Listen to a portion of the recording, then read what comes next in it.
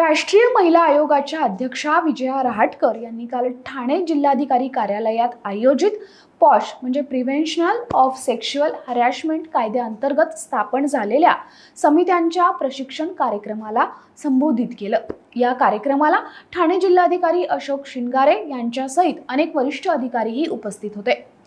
विजया रहाटकर यांनी आपल्या भाषणात कामाच्या ठिकाणी महिलांसाठी सुरक्षित आणि सन्मानजनक वातावरण निर्माण करण्याच्या महत्त्वावर जोर दिला। त्या म्हणाल्या, जेव्हा कामाच्या ठिकाणी महिलांना सुरक्षित वातावरणाची खात्री मिळते तेव्हा त्या आत्मविश्वासाने स्वतःला व्यक्त करतात, आपलं मत मांडतात आणि नेतृत्वाची भूमिका स्वीकारतात। या मानसिकतेतील बदलांमुळे व्यापक सामाजिक बदल घडतात, ज्यामुळे महिला व्यावसायिक आणि सामाजिक स्तरावर निर्णय प्रक्रियेत अधिक सक्षमपणे सहभागी होतात।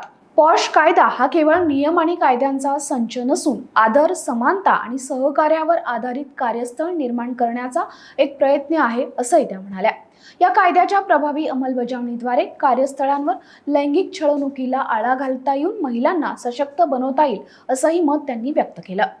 या प्रशिक्षण कार्यक्रमाअंतर्गत समित्यांच्या सदस्यांना पॉश कायद्यांच्या तरतुदी, त्यांची अंमलबजावणी आणि तक्रारींच्या निवारणासाठी योग्य प्रक्रियेबाबत मार्गदर्शन करण्यात आलंय।